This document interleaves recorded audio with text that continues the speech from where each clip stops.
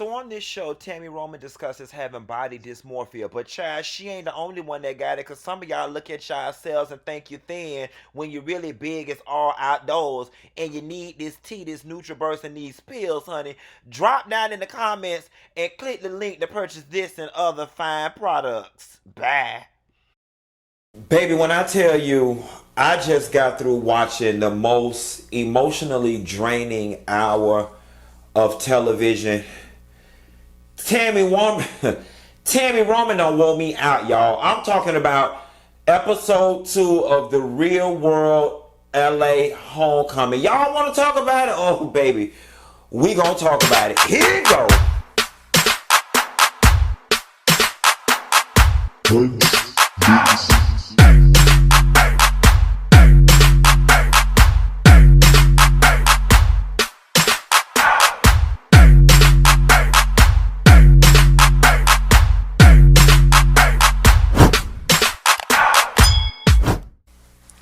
Nessa girl, I was in here trying to eat my Wendy's and I figured I'd kill two birds with one stone, eat lunch, watch this show so I can make this video before I have to go to my friend's 50-year-old birthday party. And now I need to get up off this camera, go sit down and talk with Iyanla because I am emotionally drained dealing with the Real World LA Homecoming. Episode 2, y'all, was very, very, very deep. And I'm going to tell you something.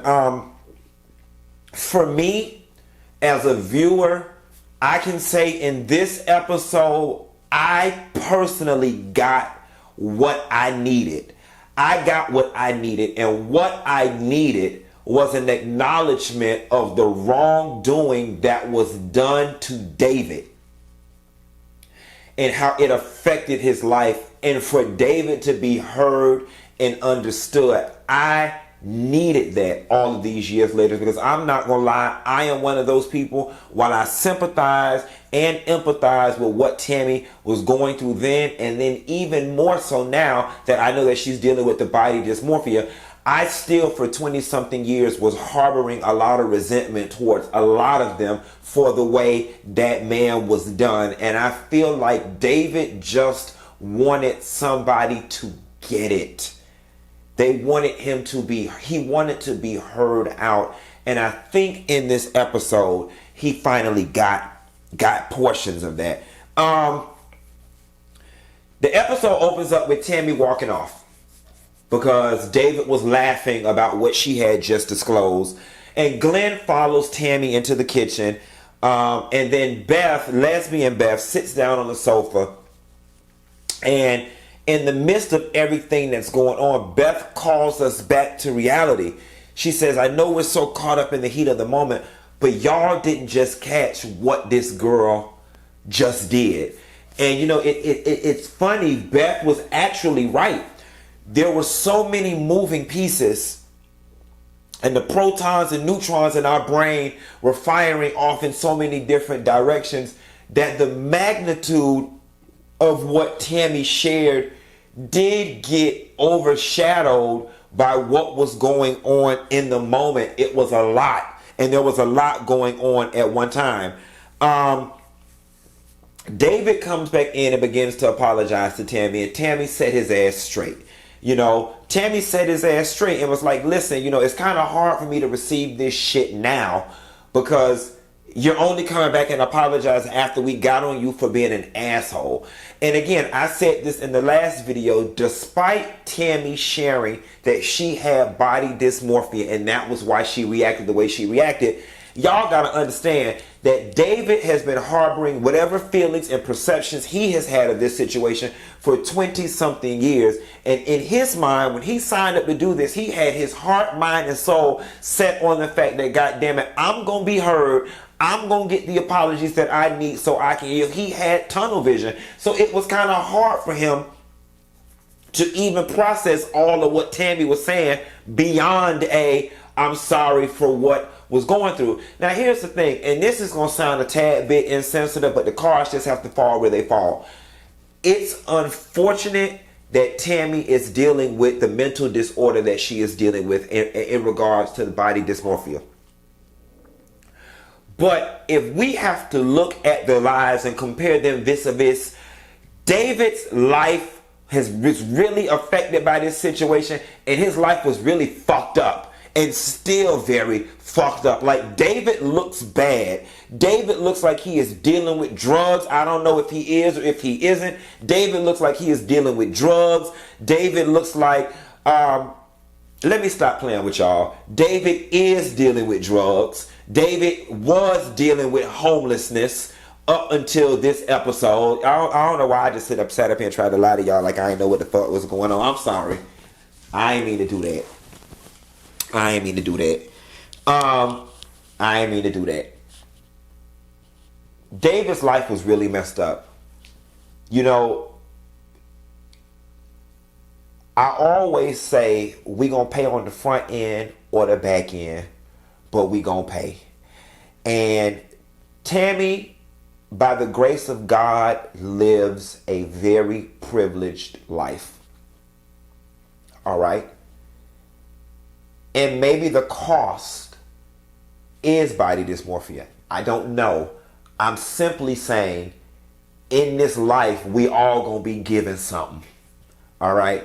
And I'm pretty sure if you look at Tami's life and look at David's life, any of us rather be Tami than be damn David. You know what I'm saying? You know, I'm going to skip around. Well, I'm not going to skip around. I'm going to wait. After Tami set David's ass straight, then he gave her a good, heartfelt, decent apology, and I felt it. Then the video footage ramps up again where we start to hear the word rape. So things get intense again. And, you know, one thing I'll give Irene, Irene was quick to apologize or whatever the case may be. I also think that Irene has also had 20-something years to sit on the public relations of all of this and how it looked and the overreaction and the you know, how haphazardly that word was thrown out. And I also feel like Irene came into this situation knowing that she was going to have to atone for that word. You know, Beth, I would like to say that the producers really did you in.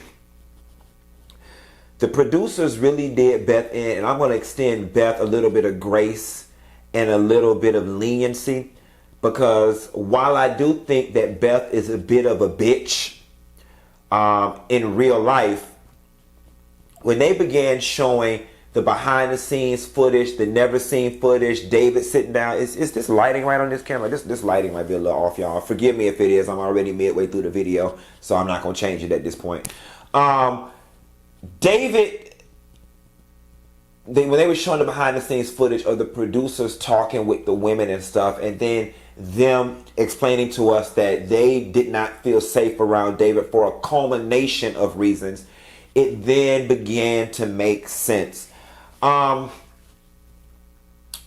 think that this reunion raises an ethical question in reality television. Because see, a lot of these producers, they make these TV shows and then they go on to the next job.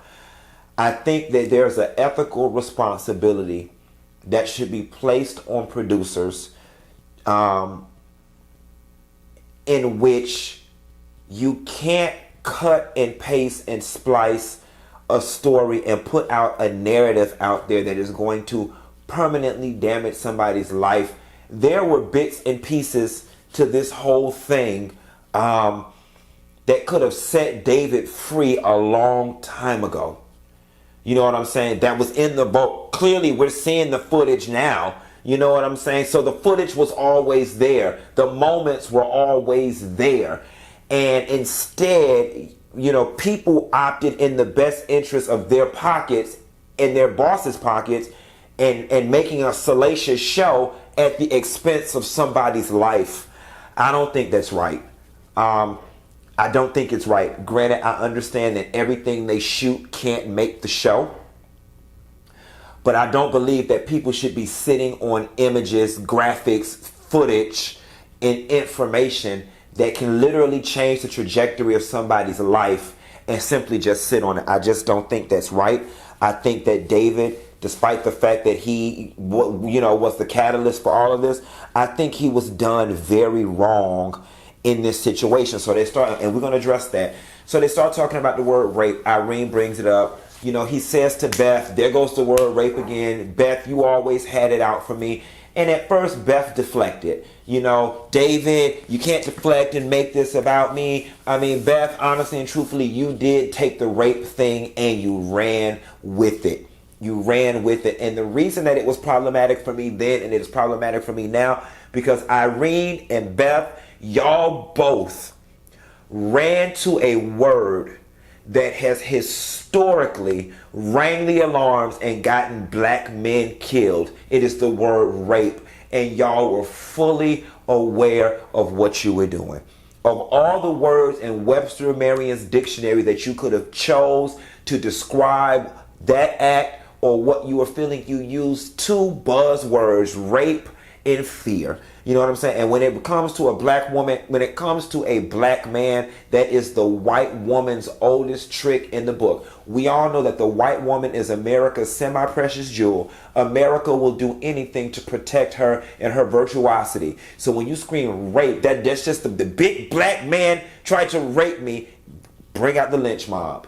And that's exactly what y'all leaned on, and it was wrong. It was wrong. It was wrong. It was wrong. Now, I understand Irene's situation. She was in a conundrum. This reality shit is new. I'm in law enforcement. I'm in this house. All type of stuff is going on. I don't know what's going on, but bitch, you should have found another damn word. And then it wasn't until you used the word that Beth Dodo Brain ass picked up on the word and wanted to start using the word. It just was not cool. And I felt that from the pits of David's soul when he told both of y'all, fuck you. You know what I'm saying? And it's funny because Irene just sat there and ate it. She knew that there was nothing she could do because y'all was wrong. Y'all had to eat it. And then the most heartbreaking part of it all for me was the never before seen footage with David and his agent sitting at the table talking with them, and David started crying. In that moment, I started crying. In that moment, Tami was even crying. In that moment, I think we understood, Tami had made it a point. This is what I was going through. This is what I was going through. This is what I was going through. And while we sympathize with Tami, you were not the only victim in this situation. You were not the only victim. And I'm sorry. And again, this is going to sound insensitive. Your biggest fear was exposure. I was exposed. I was embarrassed. I was humiliated. Okay. Which I understand. And that is very valid. Okay. But I think any reasonable person would rather take a little bit of humiliation or exposure versus the cards that David got as a result of this situation that everybody had a hand in. Now, I'm going to tell you what upset me. What upset me is after they all talked and reconciled it all together and apologies were made and all of that, Tami then begins to complain about the fact that all the empathy went to David and that nobody cares about her. So first of all, I think it's unfair, and I think it's manipulation when you try to emotionally back people in a corner because you didn't get the response that you thought. Oh, y'all didn't get up and see me. Y'all made it all about him, so that just means y'all don't care about me. Like, that's just not fair. Tami, you're not playing fair. And here's the reality of the situation. I think as it relates to the viewers, and I think as it relates to the people in that room, Tami, there was no more empathy left to give you. That's the short of it, sis. There was no more energy or empathy left to give you because all of it had been harnessed in your direction for 20-something years. Everybody was on your side as it relates to the situation at hand with the information that we had at the time. And now, this body dysmorphia thing is new. This is new information that we've been given today. And to now, after getting 20-something years of everybody being on your side, then you introduce a new revelation, and now everybody's supposed to huddle around you again. Sis, I just think it's a little selfish. I think the expectation is cool, but I think for you to express and be so outraged about it, I think that it is a bit selfish, because there are people in that house. Let me tell you something. Beth and Irene don't feel good about what they did to David. And everybody came back in that house to right wrongs. So their mission was to right that wrong with David, and that's what they were focused on. And I'm sorry, the way his life shook out, and that never before seen footage that they showed of David needed empathy and support at that time. Sis, you had 20 something years of it. He's had none. And his life was the same way you gave a big revelation in the moment about your body dysmorphia. He gave a big revelation as to what happened with his life. And it was just like, damn, up until that moment, Tami, it was all about you. Let him have some. Let him have some. And I get that you were affected by it, but this man's life was ruined. You know what I'm saying? It's just, it was a lot. It was a lot for me. And in that moment, and I'm trying my hardest, because I understand when people are going through things, they can't see past their own pain. But I think the other thing too is, number one, this body dysmorphia stuff is new to people. Number two, I think Tami needs to understand, at least for me, and I think a lot of other people, when you say it, it doesn't immediately register as danger, Will Robinson. Molly, you're in danger, girl. When somebody says it, it doesn't register as something that needs immediate attention. She's about to die. She's in danger. And I think because it is so new, that's why people really don't know how to respond. But we see all this rawness and these tears and all this coming out of this man right now. So quite naturally, emotionally, the gravitational pull is going to pull us in the direction of the person who looks as if they need the most attention in the moment. And that was David. It's, and again, I know that these types of eating disorders and body image disorders can happen to anyone, poor, rich, famous or not. But it also doesn't make Tami's case any better that she is a celebrity and is in the spotlight when it comes to this body dysmorphia thing, because it also lends itself to vanity. You know what I'm saying? And listen, I know that may sound ignorant to some. I'm simply trying to illustrate that this whole situation is so new for people that all the pieces are not clicking yet. You know what I'm saying? When it comes to this body dysmorphia stuff, it's not clicking yet. Tami just may be in danger. You know what I'm saying? We don't know. This is something that's new for all of us. So Tami, you got to give us time with this body dysmorphia stuff. You know what I'm saying? And you also have got to realize, we're reconciling this against you being on Instagram, taking beautiful pictures, being styled by Marlo Hampton. And I mean, quite frankly, to the average person, it's like, bitch, ain't nothing wrong with you. You know what I'm saying? And again, I know that may sound ignorant, but that is going to be most people's knee-jerk reaction. Bitch, ain't nothing wrong with you. You seem to like it. You seem to be just fine. You think you're beautiful and you think you got it going on, sis. So, if you like it, we love it. Am I being real or am I being wrong? Let me know. I'm willing to be corrected if I'm being wrong, but it's when I look at the pictures and stuff and you giving it to us and you giving it to us in your words. Yes, you're the one behind the camera posting these pictures.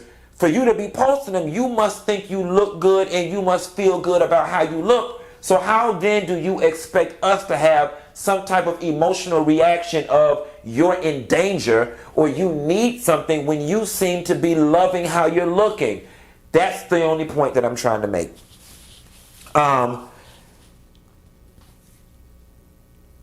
David went and talked to his daughter. David's daughter, she's a beautiful young lady, very well spoken, and she seems to be very well rounded considering who her father was. I would like to know more about David living in Beverly Hills once, married, and getting a divorce. I mean, David's life couldn't have all been bad. You were living in Beverly Hills and you raised this daughter that obviously is not hood by any stretch of the imagination and looks healthy and clean and like she had a good life. So I would love to hear more about those marriage years of David's and how he came about having this beautiful daughter that he seems to be close with, and she seems to not have been affected by some of David's Banshee street ways. Beth comes upstairs after Tammy's up there talking to John, talking about she feels like nobody cares about her and that's why she don't want to be vulnerable no more, you know. And again, I think that's unfair. I think that's unfair. I think it's unfair that because you didn't get the emotional response from people that you were expecting, then I'm just not gonna be vulnerable no more. Then bitch, keep your fucking business to yourself then. Fucking tell Reggie. I mean, that really is the short of it. Like, oh, y'all didn't give me what I want, so I'm gonna hoard information, so I ain't gonna tell y'all no more. Okay, then fine, bitch. Fine. I just did that response rubbed me the wrong way. It did. It upset me. And whereas I was prepared to, you know, be open and loving on Tammy, I'm looking like, sis, your attitude, that damn attitude. And Beth came upstairs. I mean, listen, Tammy, you gotta understand, people don't know what to do. This shit is awkward. We got you crying over here, somebody we blame rape on over here, you just dropping, you got bodies. We don't know what to do. I don't want to go, he needs a hug, but if I give him a hug, you going to think I'm on his side. If I give you a hug, he going to think it's just unfair to put people in that situation. It's unfair, Tammy. It's unfair. It's unfair. It's unfair. And to be like, you know, I don't fuck with y'all and that just was a lot. It was a lot. And I don't think you nor David are taking any accountability for the situation that y'all left other people in all these years, been stuck in limbo in between the two of y'all. But that's what made this so good. You know what I'm saying? Because this is real life. This is the things that happen in families. There's something that happened to me 13 years ago. Auntie Barbara know about what Uncle Dan did, and my mama know, but don't nobody want to say nothing. Now this shit finally hit the fan, and this one want to deny it, and this one want to run from it. We see it all the time. I think we can all agree that everybody was negatively impacted by this situation, down to the people who screamed out rape, down to Tammy and down to David, who the two of them had it the worst. You know what I'm saying? The funny thing about it is, I didn't even realize all them years ago what role John played in all this. Now y'all don't got me retroactively mad with John as. John, you don't went unscathed for 20 something years. Now they highlighting the fact that your ass was all up in the mix, or whatever the case may be. But this was good, y'all. This was good. This was actually reality TV worth watching, because it's not 5 people. Okay, plan a party at Toya house, and then y'all go over there. Now plan a laser tag with Candy, and y'all go over there and go to dinner and then talk about what. This was real documentary, docu-series, whatever you want to call it, with real life stuff going on and not producers meddling all in the middle. I loved it. I loved it. And it's left me wanting more. It left me, you know, watching the lives of real people, truly wondering what all is going on and going on the emotional roller coaster with them. I will say all of this. I am thankful, though, that Tammy, David, and everybody was open to doing this. Open to continuing to do this, because I know it was a lot. You know, in that moment, Tammy could have quit. The way they were coming at David could have just said fuck this shit and left, and they chose to see it through to the end. So I'm definitely thankful for all parties involved that they did that, y'all. But this Real World Homecoming, you know, I wasn't expecting to like it. I wasn't even expecting to really watch it. But it is really, really, really good, y'all. And I urge y'all, if you know, Paramount ain't even paying me. They need to. You need to download Paramount Plus and get you a little piece of this Real World Homecoming, because it is really good. That's all I got. Ain't got no more. Y'all be sure to like and subscribe if you're new to my channel. And I'll call y'all hoes later. Bye.